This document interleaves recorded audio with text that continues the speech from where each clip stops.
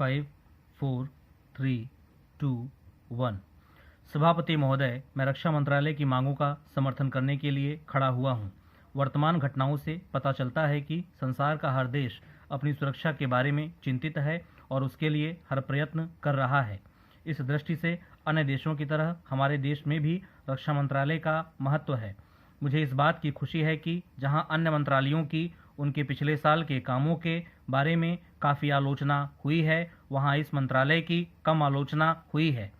इससे पता चलता है कि इस मंत्रालय ने पिछले साल अच्छा काम किया है। मोटे तौर पर किसी भी देश की सुरक्षा नीति का लक्ष्य यह होता है कि दूसरे देशों, खास तौर से पड़ोसी देशों के साथ मित्रता के संबंध स्थापित हों और हम एक दूसरे के मामलों में हस्तक्षेप न करें, लेकिन उसके साथ यह भी जरूरी होता है कि हम अपने देश की सीमाओं और अखंडता की रक्षा करें। इसलिए हमारे देश का यह कर्तव्य हो जाता है कि हम अपने पड़ोसियों के कार्यों पर पूरी नज़र रखें, क्योंकि आज तक हमारे देश पर जो संकट आए वे हमारे पड़ोसियों से आए हैं। 1965 में पाकिस्तान के साथ जो लड़ाई हुई और उसके बाद ताशकंद में जो समझौता हुआ वह सिर्फ कागज़ पर ही हो रहा है, पाकिस्तान ने उस पर कोई अमल नहीं किया। इस दृष्टि से बहुत ज़रूरी है कि हम अपने देश की सुरक्षा की हर तरह से व्यवस्था करें। हमारा उद्देश्य दूसरों पर आक्रमण करना नहीं है, लेकिन यदि हम पर कोई आक्रमण करे तो हम में इतनी शक्ति अवश्य होनी चाहिए कि हम उसका डटकर सामना कर सकें। आप जानते हैं कि पिछले दिनों पाकिस्तान को अमेरिका और चीन से काफ़ी मदद मिली है। रक्षा मंत्रालय की रिपोर्ट में भी कहा गया है कि पिछले साल अमेरिका ने पाकिस्तान को 1500 करोड़ रुपए की फौजी सहायता दी है। आज जहां हम फौजी सामान के लिए अपने कारखानों की मदद से अपनी शक्ति बढ़ाने का प्रयत्न कर रहे हैं, वहां पाकिस्तान संसार के देशों से फौजी सामान खरीद रहा है। अपनी नीति के कारण वह सब देशों से लाभ उठा रहा है। मेरा सुझाव है कि हमको भी अपनी शक्ति बढ़ाने के लिए संसार के अन्य देशों से अधिक फौजी सामान खरीदना चाहिए। आज तिब्बत की सीमा पर चीन की 1.5 लाख फौज खड़ी है। सभापति महोदय, प्रतिदिन छोटी मोटी झड़पें होती रहती हैं। हमारी फौजें बड़े उत्साह से उनके मुकाबले में खड़ी हैं। उनके हौसले बहुत ऊंचे हैं, लेकिन हमारी सरकार का भी यह कर्तव्य है कि उनके हौसले को कभी गिरने न दें। उन्हें हर तरह की सुविधा प्रदान की जाए जिससे उनका आत्मविश्वास बढ़े। मैं मंत्री महोदय से अनुरोध करूंगा कि सरकार अपनी नीतियों के प्रचार का काम ठीक प्रकार से अपनी फौजों से करे, उनको अच्छे हथियार दे। अनुसूचित जातियों और आदिवासी जातियों के आयुक्त ने जो अपना प्रतिवेदन प्रस्तुत किया है, उस प्रतिवेदन को देखने से यह प्रतीत होता है कि इसको तैयार करने में उन्होंने बहुत परिश्रम से कार्य किया है। इसके लिए मैं उनको और उनके सहयोगियों को धन्यवाद देता हूं, परंतु साथ ही साथ इस प्रतिवेदन के संबंध में कुछ आवश्यक निवेदन भी करना चाहता हूं।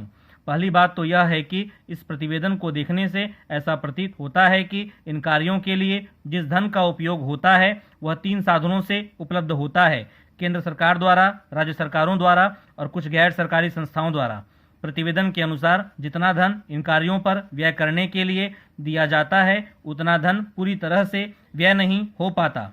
मैं यह नहीं कह सकता कि आवश्यकता से अधिक धन दिया जाता है या कार्यकर्ताओं को वह धन प्राप्त ही नहीं होता, जिसके कारण से वह बिना खर्च हुए बच जाता है। मैं तो यह चाहता हूं कि जितना धन दिया जाता है उसका पूरा उपयोग हो और आयुक्त को यह न कहना पड़े कि इस कार्य के लिए जितने धन की आवश्यकता थी उतना धन नहीं मिल पाया और विवश होकर हमको उस कार्य को बीच में ही रोकना पड़ा। जहां तक राज्य सरकारों का संबंध है, बहुत सी राज्य सरकारें अभी तक इस कार्य में असावधानी से काम ले रही हैं और इस कार्य को उपेक्षा की दृष्टि से देखती हैं। आयुक्त ने इस बात की शिकायत की है कि बहुत सी राज्य सरकारों ने अनेक पत्र भेजने के बाद भी अभी तक अपनी रिपोर्ट नहीं भेजी है। मैं चाहता हूं कि सरकार इस तरफ निष्ठापूर्वक ध्यान दे। राज्य सरकारों पर दबाव डाला जाए कि वे इस दायित्व के प्रति सचेत हों और आयुक्त को उनके कार्य में पूरा सहयोग प्रदान करें। सभापति महोदय, किसानों की उपज की आप न अधिक कीमत दे सकते हैं, न अधिक उपजाने के लिए जो साधन देश में उपलब्ध है उनकी तरफ आपका ध्यान जा रहा है। जो कुछ आप कर रहे हैं उससे कोई अच्छा भविष्य नजर नहीं आ रहा है। मैं यही कहना चाहता हूं कि आप देखें कि आपके कार्यक्रम में कहाँ त्रुटि है, कहाँ कमी है। आपने कर लगा रखे हैं, आपने जो कर लगाए हैं वे तो लगाए ही हैं। हमारे प्रदेश में तो जमीन पर 25% ज़्यादा कर भी लगा दिया गया है। इतना बोझ अगर किसान पर होगा तो उसकी कमर टूट जाएगी। वह पहले से टूटी जा रही है, लेकिन वे इन करों को देने के लिए भी तैयार हैं यदि आप उस तरह के साधन उन किसानों के लिए तैयार करें। हमारे उत्तर प्रदेश के कुछ जिले हैं, पूर्वी जिले हैं, जहां पर बहुत बुरी स्थिति है। हमारे सदन के एक सदस्य ने रो रो कर आपको यह बताया था कि वहां लोगों को 2 रुपये मजदूरी में मिलता है। इतनी ही एक दिन की उनकी मजदूरी है। सरकार ने एक आयोग की नियुक्ति की थी ताकि वहां पर कुछ विकास के कार्य किए जाएं। वह योजना भी अब खटाई में पड़ गई है।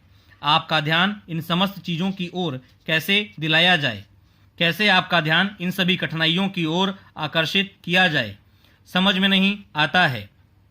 यातायात के साधनों की स्थिति यह है कि ट्रेनों में दूसरे दर्जे में भीड़ भाड़ का कोई ठिकाना नहीं है, उसकी कोई सीमा नहीं है।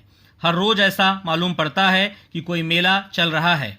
आपके पास अच्छे इंजन हैं, अच्छे गति वाले इंजन हैं, लाइन भी अच्छी है, तो क्यों नहीं दूसरे दर्जे के अधिक डिब्बे लगाए जाते हैं, लोगों को कुछ सुविधा मिल जाए। वह काम नहीं किया जा रहा है। आपको किसान की, देहात में रहने वाले आदमी की, मजदूर की परवाह नहीं है जो समस्त कठिनाइयों को झेलता है। आपके सारे कार्यक्रम को पूरा करने की उसमें कहाँ से शक्ति आएगी, कैसे वे अधिक अन्न उपजाकर आपको दे सकेंगे। आप इन सब पर सोच विचार करें। आपने बड़े बड़े फार्म बना दिए हैं, क्या उन्हें आपके फार्म से कोई लाभ मिल रहा है? सभापति महोदय, सरकार ने कई कृषि फार्म खोले हैं, क्या ये फार्म घाटे में नहीं चल रहे हैं? अगर सारे खर्च जोड़ दिए जाएं, बड़े बड़े अधिकारियों के वेतन जोड़ दिए जाएं, तो पता चलेगा कि सारे ये कृषि फार्म घाटे में चल रहे हैं।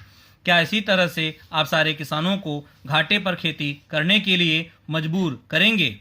जिस क्षेत्र से मैं आता हूँ वहाँ एक पुल बना है। मैंने 10 वर्ष तक अपनी विधानसभा में इस पुल के लिए कोशिश की है। जिस दिन से मैं यहाँ आया हूँ बराबर उसकी चर्चा करता आ रहा हूँ, बराबर कोशिश कर रहा हूँ। मैं कहता हूँ कि गंगा पर वह पुल बने। उस पुल को बनाने का आश्वासन भी मिला था। एक प्रश्न के लिखित उत्तर में यह जवाब दिया गया था। यह कहा गया था कि इसको हाथ में लिया जाएगा। अब मालूम हुआ है कि उस योजना को उठाकर ताक पर रख दिया गया है और यह पुल नहीं बनेगा।